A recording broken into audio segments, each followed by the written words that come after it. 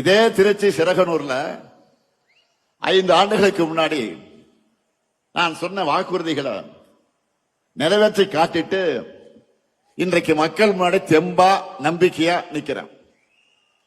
அடுத்து விரைவில் விரிவான தேர்தல் அறிக்கை தங்கை கனிமொழி தலைமையில தயாராகி கொண்டிருக்கிறது. விரைவில் அது வெளியிட போறோம். சமீபமா கவனிச்சீங்களா, மற்ற அரசியல் கட்சிகள் எல்லாம் ஏதோ இன்ஸ்டால்மெண்ட்ல தேர்தல் அறிக்கையை வெளியிட்டு இருக்காங்க.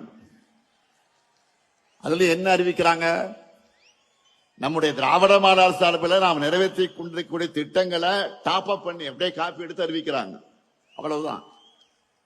ஏன்னா அவங்களுக்கும் வேற வழி இல்லை. நம்ம ஆட்சியில நிறைவேற்றிருக்கக்கூடிய திட்டங்களை இனி யாராலும் மாற்ற முடியாது, எவராலும் நிறுத்த முடியாது.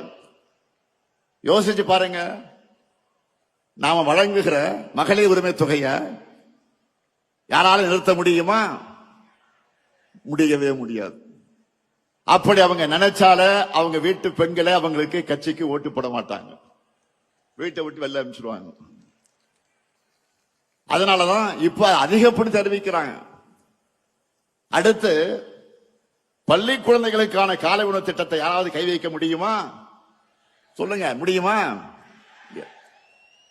அந்த குழந்தைகளை பட்டினி போட்டா தமிழ்நாட்டு மக்கள் அவங்க சும்மா விட மாட்டாங்க.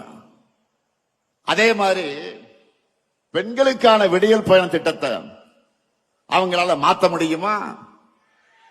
முடியாது. இன்னும் இருக்கு.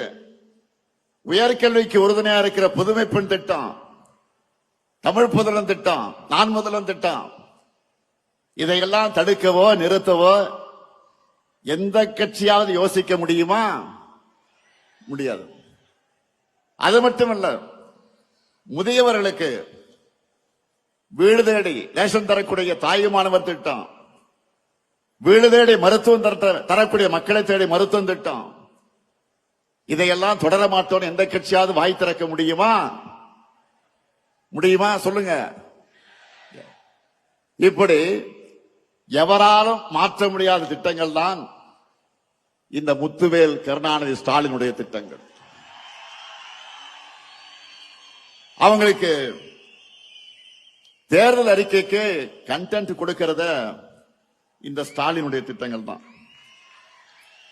அதனால்தான் உறுதியோடு சொல்றேன், இந்த திட்டங்கள் தமிழ்நாட்டில் இருக்கிற வரைக்கும் இந்த முத்துவேல் கருணாநிதி ஸ்டாலின் தான் தமிழ்நாட்டை ஆளுவான். செய்திகளை உடனுக்குடன் தெரிந்து கொள்ள கீழ்கண்ட கேபிள் மற்றும் டிடிஎச் நெட்வொர்க்குகளில் எம்நாடு செய்தி தொலைக்காட்சியை காணுங்கள். பாதகம் செய்பவரை கண்டால் நாம் பயம் கொள்ளலாகாது பாப்பா. மோதி மிதித்து விடு பாப்பா, அவர் முகத்தில் உமிழ்ந்து விடு பாப்பா. அண்மை செய்திகளை உடனுக்குடன் தெரிந்து கொள்ள இணைந்திருங்கள் எம்நாடு தொலைக்காட்சியுடன்.